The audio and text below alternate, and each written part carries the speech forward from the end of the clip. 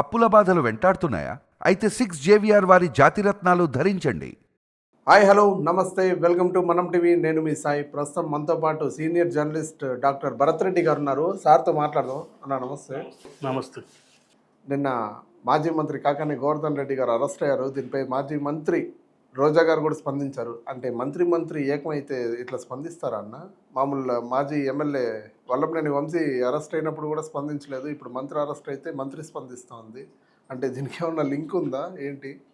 ఆంధ్రప్రదేశ్ రాజకీయాల్లో మనం చూసుకున్నట్టయితే వైసీపీ ప్రభుత్వంలో పనిచేసిన వాళ్ళు, వైసీపీలో కీలకంగా వ్యవహరించిన వాళ్ళ కేసులు ఒక్కొక్కటిగా బయటకు వస్తున్న నేపథ్యంలో ఇది రాజకీయ కక్ష సాధింపు అనేది వైసీపీ పార్టీలు చేస్తున్న ఆరోపణ. సరే, ఆరోపణలో ఎంత నిజం ఉందనేది న్యాయస్థానాలు, కోర్టులు తెలిసి ద్వారా వచ్చే అవకాశం ఉంది. అయితే గతంలో కూడా మనం అరెస్టుల పర్వానికి చూసుకుంటే మిథున్ రెడ్డి అరెస్టుకు కూడా, ఎంపీకి కూడా అరెస్టు కూడా చేయడం జరిగింది. అతను ముందస్తు బెయిల్కు రావడం జరిగింది. అలాగే చాలామంది వైసీపీ నేతలు అరెస్టు కేసుల ద్వారా అరెస్టు కాబడుతున్నారు. కొంతమంది ముందస్తు బెయిల్కి వెళ్తున్నారు, మరికొంతమంది అరెస్ట్ అవుతున్నారు. అయితే కాకాని గోవర్ధన్ రెడ్డిని మనం చూసుకున్నట్టయితే తన మీద వచ్చిన కేసులకు సంబంధించి కేసు నమోదు అవ్వడం జరిగింది. అక్రమ రవాణా దానికి సంబంధించి 2-3 కేసులు నమోదు అవ్వడం జరిగింది. అయితే అక్కడ మనం చూసుకున్నట్టయితే తను 55 రోజుల నుంచి కనపడకుండా తిరుగుతున్న సందర్భాన్ని మనం చూడొచ్చు. 55 రోజుల నుంచి పోలీసులకు తప్పించుకుంటూ పోలీసులకే ముప్పు తిప్పలు పెట్టాడు. ఫోన్లో ఏదో 2 యాప్లు ఎక్కించుకొని లొకేషన్స్ మార్చుకుంటూ బెంగళూరు, కేరళ, ఆంధ్ర, తెలంగాణ, ఈవెన్ తెలంగాణలో కూడా తెలంగాణకు వచ్చి ఎవరితో ఆటో ఎక్కి నా ఫోన్ స్విచ్ ఆఫ్ అయిపోయింది బాబు, ఫోన్ ఇవ్వ బాబు అని చెప్పి వాళ్ళ ఇంట్లో వాళ్ళకి ఫోన్ చేసే పరిస్థితికి వచ్చేసిందన్న వైసీపీ ప్రభుత్వం. ఇప్పుడు అంతగా బతికి మంత్రిగా హోదా అనుభవించి లాస్ట్కి తెలంగాణలో ఆటో ఎక్కి ఆటో డ్రైవర్ దగ్గర ఫోన్ తీసుకొని మాట్లాడే అంత పరిస్థితికి అసలు ఎందుకు వచ్చిందంటారు ఇంత? మరి జనరల్గా వైసీపీ ప్రభుత్వంలో పనిచేసిన మంత్రులు ఇటీవలి కాలంలో కొన్ని కేసులు ఎదుర్కొంటున్న సందర్భంలో, ప్రభుత్వం కేసులు పెట్టిన సందర్భంలో తన మీద వచ్చిన కేసులకు సంబంధించి ఎఫ్ఐఆర్ నమోదు చేయడం జరిగింది.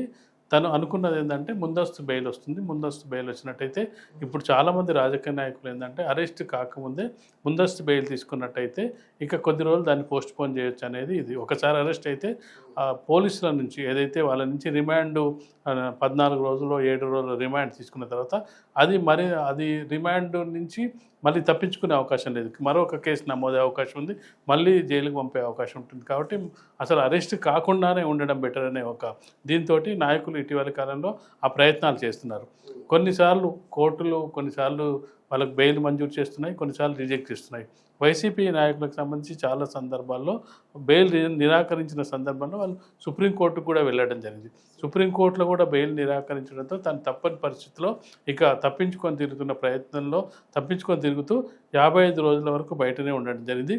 తన ప్రయత్నం ఏంటంటే ఎలాగో కోర్టు నుంచి బెయిల్ తెచ్చుకున్న తర్వాత బయటికి రావాలనే ప్రయత్నం. కోర్టులో బెయిల్ ఇవ్వమని చెప్పేస్తారు కదా, కోర్టునే తప్పుదోవ పట్టించిన మాజీ మంత్రి కాకాని గోవర్ధన్ రెడ్డి నా మీద ఎటువంటి కేసు లేదు ముందని చెప్పి కోర్టుకే అబద్ధాలు చెప్పి మరీ బెయిల్ కావాలని చెప్పి కోరినారు.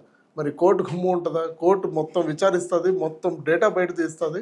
ఏమన్నా అంత తెలివి తక్కువ దద్దములేం కాదు కదా కోర్టుకు సంబంధించి చూసుకున్నట్టయితే కోర్టుకు తనకు సబ్మిట్ చేయాల్సింది ఏంటంటే ఖచ్చితంగా కూడా ఇన్వెస్టిగేషన్ దర్యాప్తు సంస్థలకు సహకరించిన తర్వాత కోర్టు ద్వారా రిలీఫ్ పొందాలి.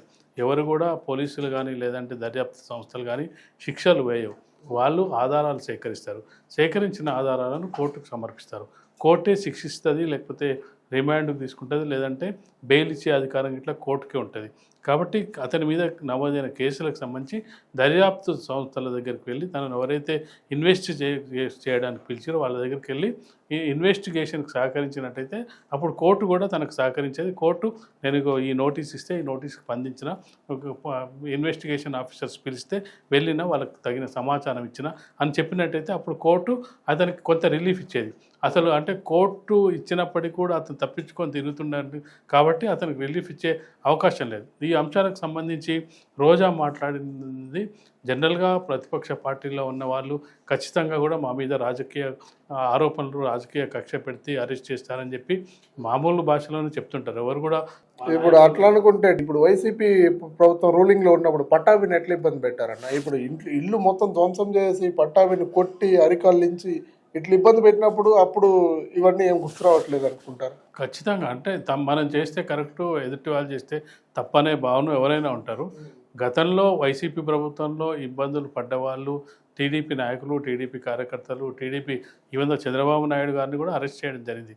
కాబట్టి ఇవన్నీ సందర్భంగా మొదటి 6 నెలల కాలం పాటు కూటమి ప్రభుత్వం కూడా పెద్దగా వీటి మీద దృష్టి సారించలేదని చెప్పొచ్చు. ఆ 6 నెలల కాలంలో చాలామంది టీడీపీ అభిమానులు, టీడీపీ నాయకులు కూడా ప్రభుత్వాన్ని విమర్శలు కూడా చేయడం జరిగింది. వైసీపీ అరాచకాలు చేసింది, వైసీపీ ఇంతమందిని ఇబ్బంది పెట్టింది, కార్యకర్తల్ని హింసించింది, అయినప్పటికీ కూటమి ప్రభుత్వం ఎలాంటి చర్యలు తీసుకోవట్లేదని చెప్పి కొంత అసంతృప్తి వ్యక్తం చేయడం కూడా జరిగింది.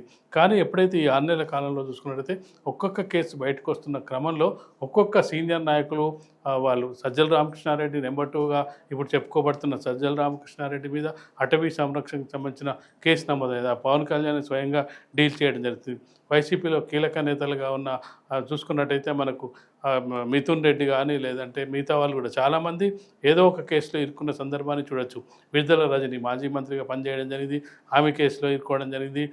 ఇలా ఒక్కొక్క కేసు బయటకు వస్తున్న సందర్భంలో కొందరు బెయిల్కి వెళ్తున్నారు. బెయిల్ ఆల్రెడీ అరెస్ట్ అయిన వాళ్ళని చూసుకున్నట్టయితే కొడాలి నాని, అలాగే చూసుకున్నట్టయితే కొడాలి నాని ఆరోగ్య సరిగా లేదని చెప్పి బయటకు ఉన్నప్పటికీ అతను కూడా కేసులు నమోదవడం జరిగింది.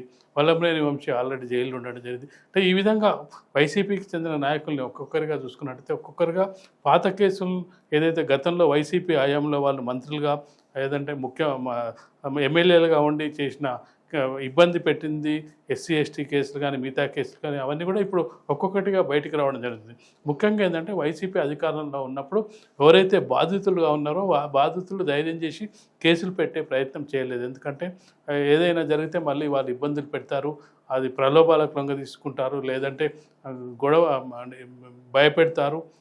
ఇవన్నీ కారణాలతోటి అప్పుడు ఏం చేయలేకపోయారు.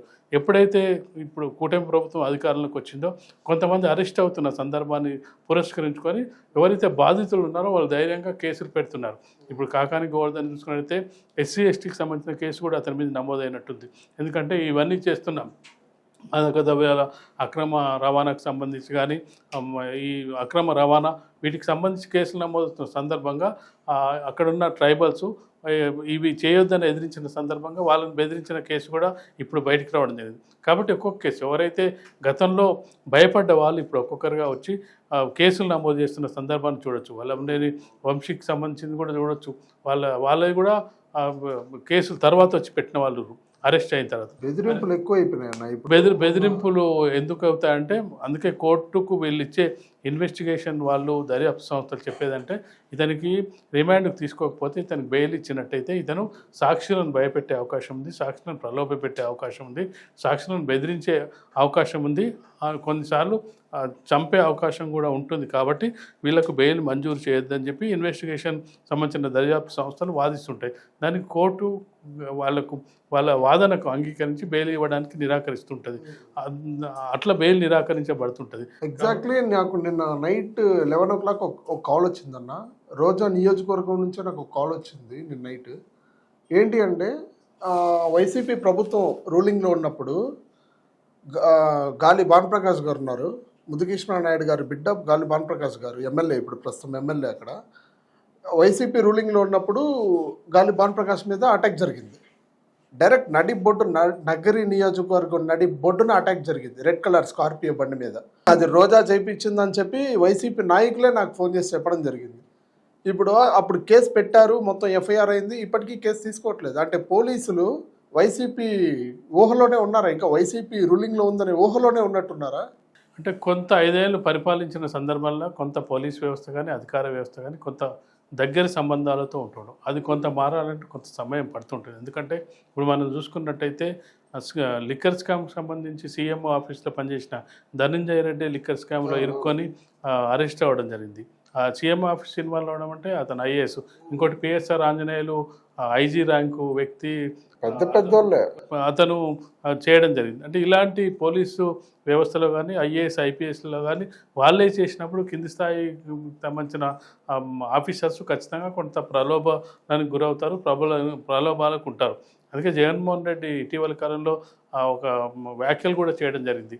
ఇప్పుడు ఎవరైతే మిమ్మల్ని ఇబ్బంది పెడుతున్నారో వాళ్ళ పేర్లు రాసి పెట్టుకోండి, మేము వచ్చిన తర్వాత మనం మళ్ళీ అధికారంలోకి వచ్చిన తర్వాత వాళ్ళు ఎక్కడ ఉన్నా సప్త సముద్రాల బయట ఉన్న వాళ్ళని తీసుకొచ్చి శిక్షిద్దామని చెప్పే ప్రయత్నం చేయడం జరిగింది. కాబట్టి అధికారులు ప్రభుత్వం ఎవరు ఉంటే వాళ్ళకు అనుకూలంగానే పనిచేస్తుంటారు. కానీ కొన్ని సందర్భాల్లో కేసులు వచ్చిన సందర్భంలో కొంత చూసి చూడనట్టు వ్యవహరిస్తుంటారు. గతంలో ప్రభుత్వంతో ఉన్న వాళ్ళ అనుబంధం కావచ్చు, వాళ్ళు ఇచ్చిన సహకారం కావచ్చు, వాళ్ళ ద్వారా ప్రమోషన్సో లేదో లబ్ధి ఉన్న కొంతమంది ఉంటారు ఆఫీసర్స్, కొంత డిలే చేస్తుంటారు. కానీ ఎప్పుడైతే ప్రభుత్వం ఈ యాటిట్యూడ్తో ఉందని తెలిసిన మరుక్షణం కొంత మారుతుంటారు. అంటే క్షేత్రస్థాయి వరకు కొన్ని పరిస్థితుల్లో క్షేత్రస్థాయి వరకు ప్రభుత్వం దృష్టి పెట్టే అవకాశం ఉండదు.